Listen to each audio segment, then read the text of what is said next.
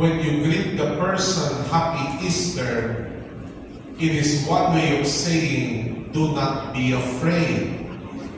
The Lord has risen from the dead. Kung si Jesus napagtagumpayan ang kamatayan, ano pang mga takot mo sa buhay ang hindi niya kayang lampasan?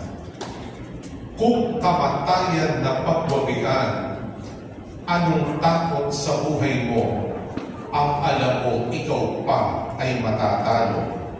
Remind each other, it's Easter time. Something beautiful will happen to you. O, tingnan mo yung katabi mo.